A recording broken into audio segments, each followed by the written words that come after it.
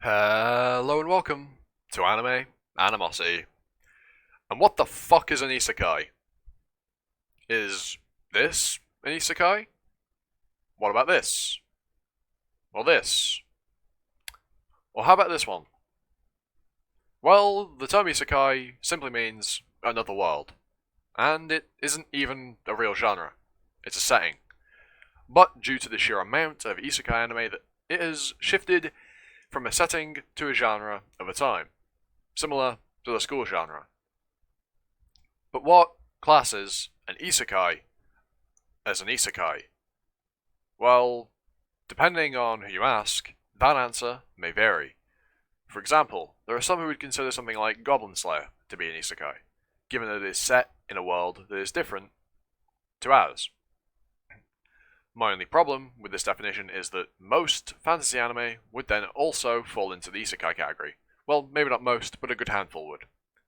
And, I don't quite think that that's 100% accurate, because just because they're set in a world that isn't ours doesn't really make them feel like an isekai. But we'll get onto that in a bit. To take that point slightly further, you could consider any anime to be an isekai. Why? Well, even if the show is set in the real world, it isn't actually the real world.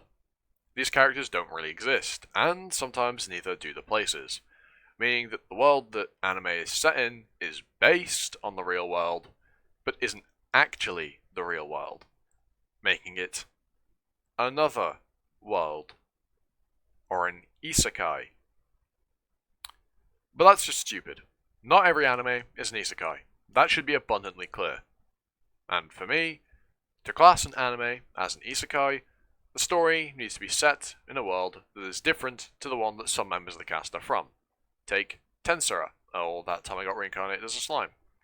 Rimuru isn't from the world where the story takes place. He died and got isekai'd there. And I think that's the deciding factor. Is there an isekaiing? Does someone end up in another world?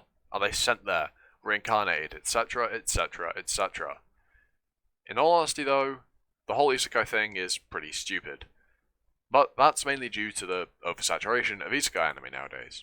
Hell, the fact that being isekai'd and isekaiing are terms I used in this video should really convey that.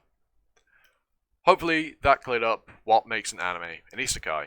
If not, well, try and figure it out for yourself and form your own opinion on the matter. Anyway, I've been Animosity, you've been you, and I'll catch you all next time for another video. Ta-ta for now.